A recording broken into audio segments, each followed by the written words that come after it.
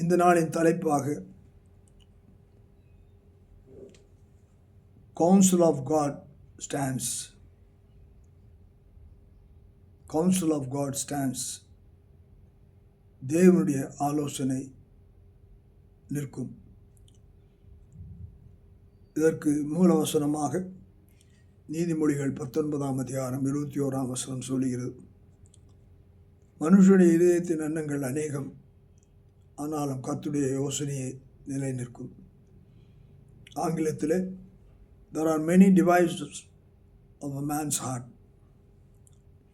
in a man's heart, nevertheless the counsel of the Lord that shall stand.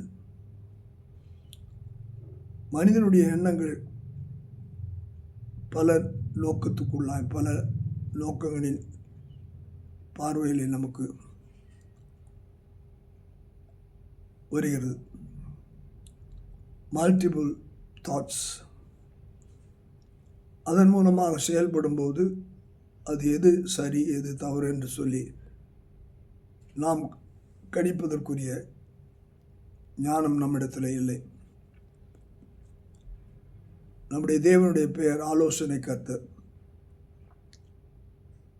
நம்முடைய ஆலோசனைகள் கர்த்தரிடத்திலிருந்து வரும்போது, வேதத்தின் அடிப்படையிலே நாம் அதை பெற்றுக்கொள்ளும்போது, அந்த ஆலோசனை அது நிற்கிறது மட்டுமல்ல, அந்த ஆலோசனை நம்மை சரியான பாதையிலே நடத்துகிறது. ஆனபடியால் தான் சாலமோனின் நீதிமொழியிலே சொல்லப்படுகிறது, மனுஷனுடைய இருதயங்களின் எண்ணங்கள் அநேகம், கர்த்தருடைய யோசனை நிலை நிற்கும். One thinking, one accord. பிதா, குமாரன், பரிசுத்த ஆவியானவர் 3 பேரும் ஒரே நோக்கோடு செயல்படுகிறார்கள்.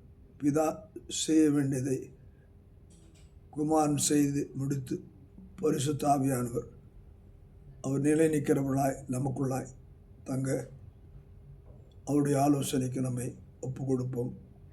கர்த்தர் நம்மை சரியான பாதையில் நடத்துவார்.